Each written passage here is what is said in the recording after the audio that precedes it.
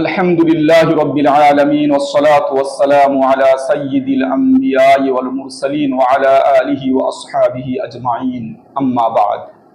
ইসলামী প্রশ্ন উত্তরের 25 নম্বর পর্বে আপনাদের সকলকে জানাই আসসালামু আলাইকুম ওয়া রাহমাতুল্লাহি ওয়া বারাকাতুহু। আজকের এই পর্বে আমরা ঈদের দিনের সুন্নত আমল সম্পর্কে, করণীয় এবং বর্জনীয় সম্পর্কে আলোচনা করব। সর্বপ্রথম আমাদের জানা দরকার যে ঈদ শব্দটার কয়েকটা অর্থ আছে। তার মধ্যে প্রসিদ্ধ অর্থ হচ্ছে ফিরে আসা। যেহেতু মানুষের জীবনে এই ঈদের দিনটা প্রত্যেক বছরই ফিরে ফিরে আসে, তাই এটাকে ঈদের দিন বলা হয় বা ঈদ বলা হয়।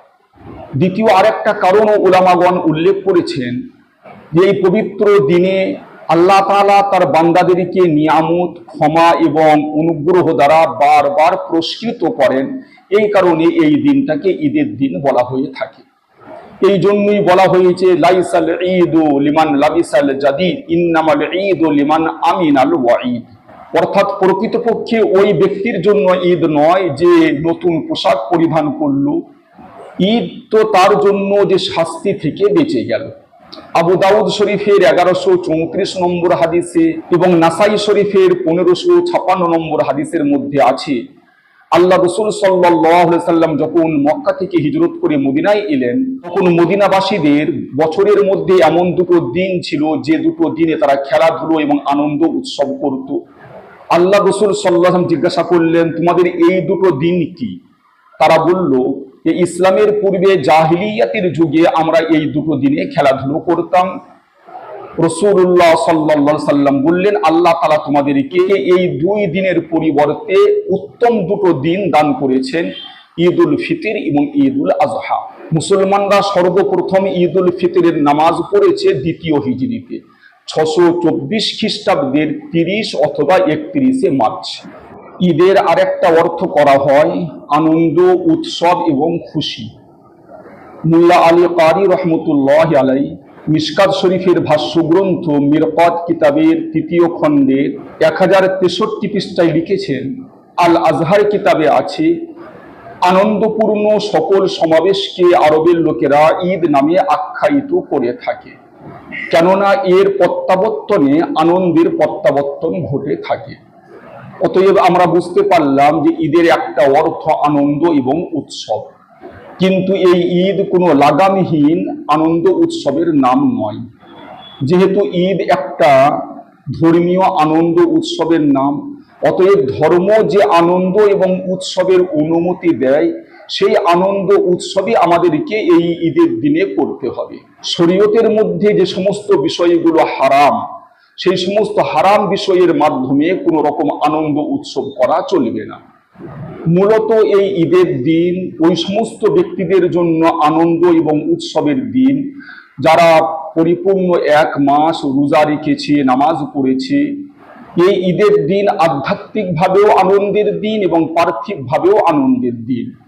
কেননা আত-তারগীব গ্রন্থের 1493 নম্বর হাদিসের মধ্যে এবং শুআবুল ঈমান গ্রন্থের 3421 নম্বর হাদিসের মধ্যে আছে যে ঈদের নামাজের পর আল্লাহর তরফ থেকে ঘোষণা করা হয় যে তোমরা আল্লাহর তরফ থেকে পুরস্কার প্রাপ্ত হয়ে, ক্ষমা প্রাপ্ত হয়ে এবং আল্লাহর সন্তুষ্টি প্রাপ্ত হয়ে বাড়ি ফিরে যাও।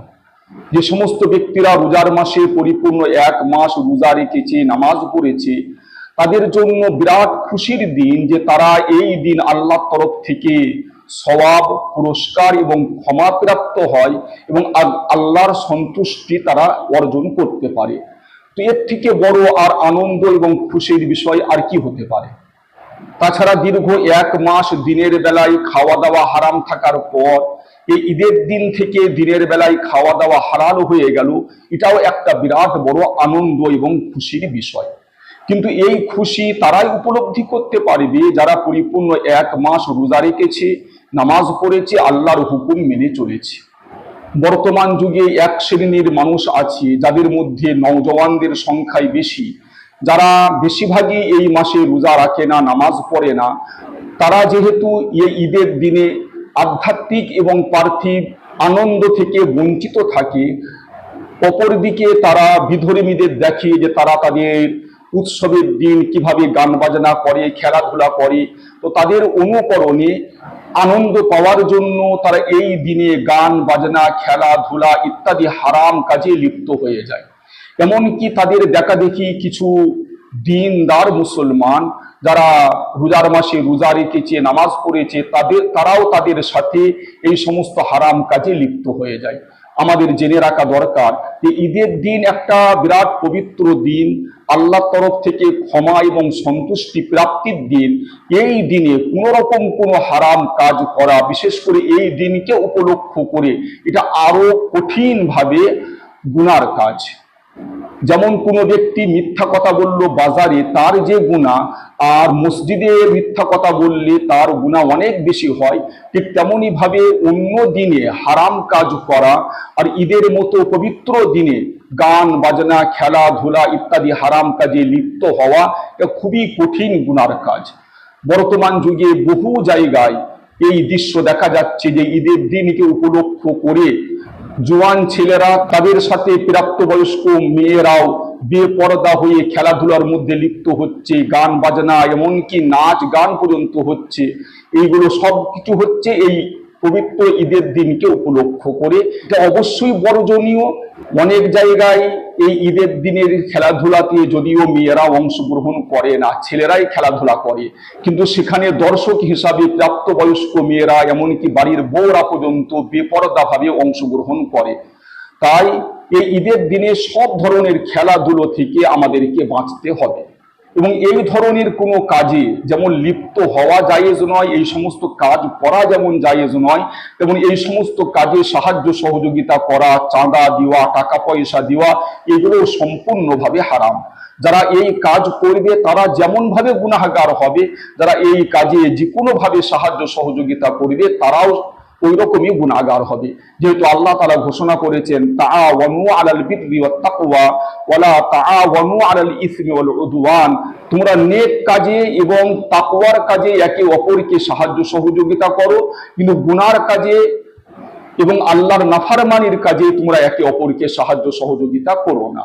অতএব এই পবিত্র দিনে আমাদেরকে এই সমস্ত হারাম কাজ থেকে বাঁচার জন্য আপ্রাণ চেষ্টা করতে হবে এবং আমাদের যে সমস্ত মুসলমান ভাইয়েরা এই হারাম কাজের মধ্যে লিপ্ত এবং এই হারাম কাজের যারা উদ্যোক্তা, তাদেরকে বুঝিয়ে সুঝিয়ে এই হারাম কাজ থেকে বিরত রাখার জন্য অবশ্যই আমাদেরকে চেষ্টা করতে হবে।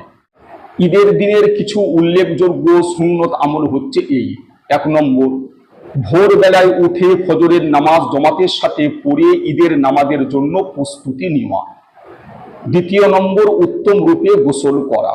সর্বোত্তম পদ্ধতি হচ্ছে এমন সময় গোসল করা যেন সেই গোসলের ওযু দ্বারাতেই ঈদের নামাজ পড়া যায়। তবে যদি গোসল করার পরে ওযু ভেঙে যায় এবং ঈদের নামাজের জন্য আবার ওযু করতে হয়, এতেও কোনো অসুবিধা কিছু নেই এবং এই গোসল করা পুরুষ মহিলা সকলের জন্যই সুন্নত।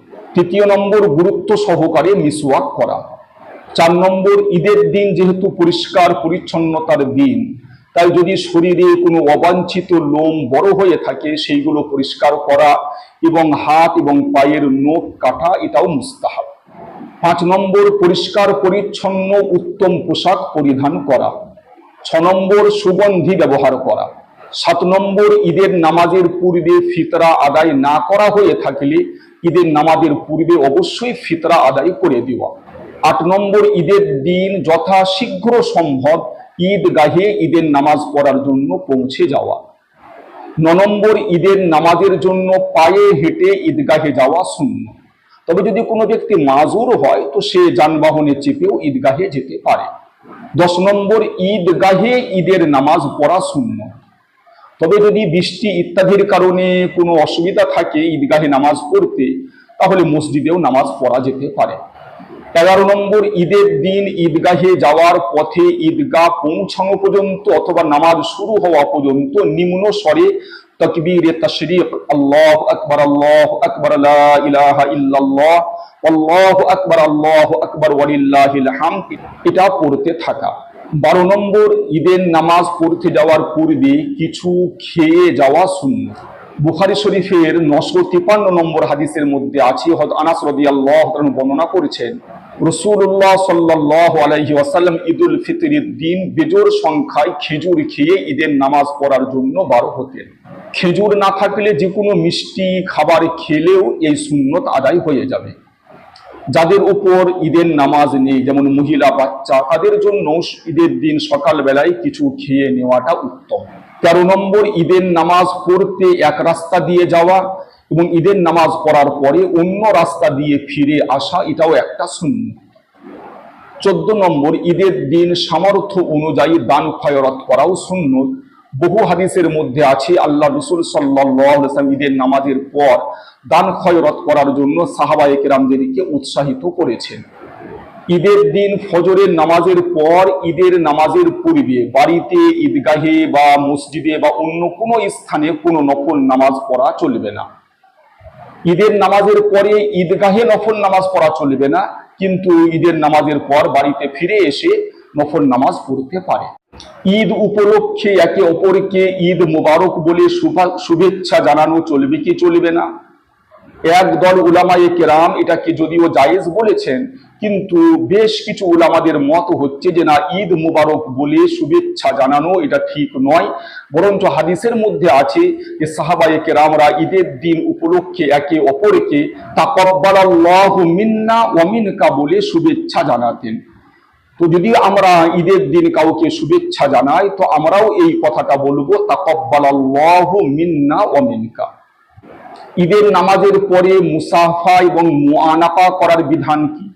এ সম্পর্কে ইসলামের বিধান হচ্ছে এই যে এক মুসলমান যখন অন্য মুসলমানের সাথে সাক্ষাৎ করবে তখন সালাম দেওয়া সুন্নত। এ সম্পর্কে অসংখ্য হাদিস বর্ণিত আছে। সালামের পর সম্ভব হলে মুসাফা করাও সুন্নত। আর দীর্ঘদিন পর সাক্ষাৎ হলে মুআনাকা করা বা কোলাকুলি ও আলিঙ্গন করাও সুন্নত।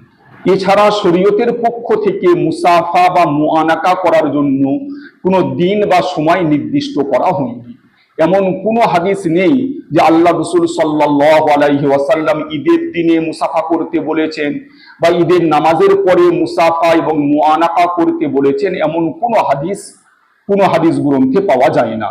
তাই ঈদ উপলক্ষে মুসাফা করা বা মুআনাকা করা সম্পূর্ণ ভিত্তিহীন। হ্যাঁ, যদি ঈদের দিনে কোনো মুসলমান ভাইয়ের সাথে সাক্ষাৎ হয় তো সালাম দিয়ে মুসাফা করা যেতে পারে, আর দীর্ঘদিন পর তার সাথে সাক্ষাৎ হলে মুআনাকাও করাও যেতে পারে। কিন্তু এটা হচ্ছে সাক্ষাতের আদব, এটা কোনো ঈদের দিনের করণীয় বিষয় নয়। ঈদের দিন কবর জিয়ারত করার কি বিধান? কবর জিয়ারত করা একটা সুন্নত কাজ, সওয়াবের কাজ। এ সম্পর্কে বহু হাদিস বর্ণিত আছে। কিন্তু ঈদের দিন কবর জিয়ারত করা কোনো সওয়াবের কাজ বা বিশেষভাবে ঈদের দিন কবর জিয়ারত করতে হবে এরকম কোনো হাদিস গ্রন্থে পাওয়া যায় না। তাই আমরা এমনি ভাবে কবর জিয়ারত যে কোনো দিন করতে পারি, ঈদের দিনকে উপলক্ষ করে কবর জিয়ারত করা মোটেই ঠিক নয়। অনেক জায়গায় আবার দেখা যায় যে এই ঈদের দিন উপলক্ষে দল বেঁধে সবাই কবর জিয়ারত করতে যায়। এটা তো মোটেই ঠিক নয়, এটা অবশ্যই ত্যাগ করা দরকার। আল্লাহ তাআলা আমাদের সকলকে এই পবিত্র ঈদের দিনের মর্যাদা রক্ষা করার এবং এই দিনের সমস্ত রকম হারাম কাজ থেকে বেঁচে থাকার তৌফিক দান করুন। ওয়া আখিরু দাওয়ানা আনিল হামদুলিল্লাহি রাব্বিল আলামিন।